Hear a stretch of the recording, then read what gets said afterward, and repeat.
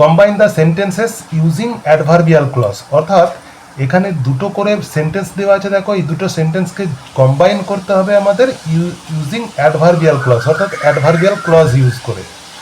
তো এটা কি বলেছে, দ্য সান রোজ মানে সূর্য উঠলো, দ্য ফগ ডিসপার্সড মানে কুয়াশা অদৃশ্য হয়ে গেল, ফগ মানে কুয়াশা। তো এই দুটো সেন্টেন্সকে কম্বাইন করব কিভাবে, অ্যাডভার্বিয়াল ক্লজ ইউজ করে। এখানে দেখো সূর্য উঠলো আর কুয়াশা অদৃশ্য হয়ে গেল, এখানে একটা টাইমের ব্যাপার আছে, সেই জন্য এটাকে বলা হয় অ্যাডভার্বিয়াল ক্লজ অফ টাইম। তো অ্যাডভার্বিয়াল ক্লজ অফ টাইম দিয়ে কিভাবে জয়েন করব, তাহলে আমরা কিভাবে করব এটা, না অ্যাডভার্বিয়াল ক্লজ অফ টাইম মানে হচ্ছে যে হোয়েন দিয়ে জয়েন করতে হয়।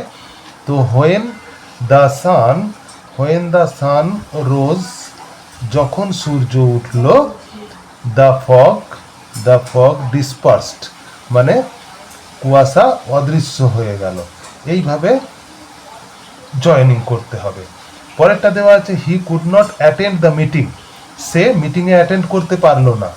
হি ওয়াজ ইল, সে অসুস্থ ছিল। তো দেখেই বুঝতে পারছো যে এটা হচ্ছে অ্যাডভার্বিয়াল ক্লজ অফ রিজন, মানে কারণ বোঝাচ্ছে। কারণ বোঝালে আমরা কিভাবে করব, বিকজ দিয়ে জয়েন করব। তাহলে he could not attend the meeting, এইটা আগে লিখবো এই পার্টটা। হি কুড নট অ্যাটেন্ড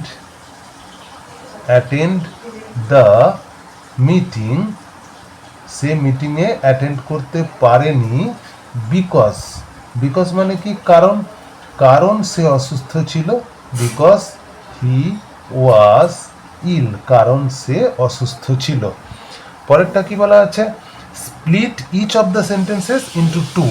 আগেরগুলো যেমন জয়েন করছিলাম, কম্বাইন করছিলাম, এগুলোকে করতে হবে আমাদের স্প্লিট করতে হবে। স্প্লিট মানে হচ্ছে ভাঙা। তো ভাঙবো কিভাবে, দেখো এখানে বলা আছে ব্রিং মি দ্য বুক, আমাকে বইটা দাও, that is on the table, যেটা টেবিলের ওপর রয়েছে। তাহলে আমরা আগে লিখবো যে বইটা টেবিলের ওপর আছে, এইটা আগে লিখবো।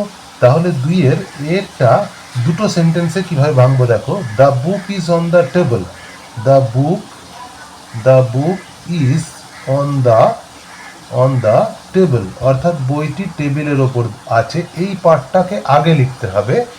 তার পরের পার্টটা হচ্ছে যে ব্রিং মি দ্য বুক, না ব্রিং মি দ্য বুক, অর্থাৎ এইবার লিখলাম যে বইটা আমাকে দাও। তাহলে দেখো দুটো সেন্টেন্সে ভেঙে দিলাম, the book is on the table এটা একটা sentence, bring me the book এটা আর একটা সেন্টেন্স হলো। পরের প্রশ্ন কি বলা আছে, পরের প্রশ্ন আছে the farmer is cutting the corn, চাষিটা শস্য কাটছে। হুইচ হ্যাজ রাইপেন্ড মানে হচ্ছে যে যেগুলো পেকে গেছে, অর্থাৎ শস্যগুলো পেকে গেছে। তাহলে the farmer is cutting the corn এটা একটা সেন্টেন্স হবে, the farmer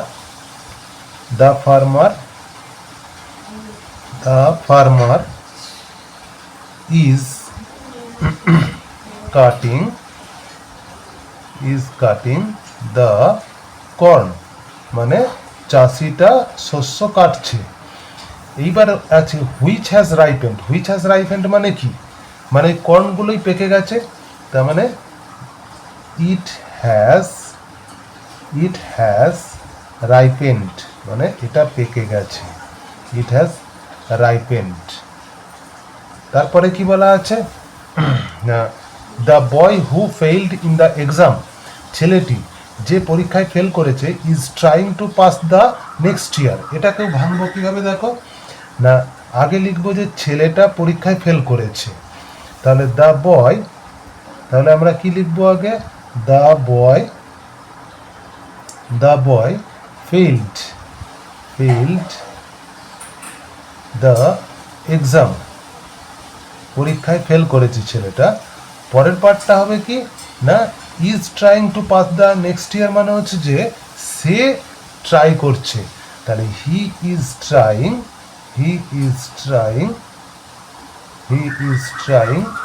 two pass the next ইয়ার, এইভাবে আমরা স্প্লিটিংগুলো করতে পারবো।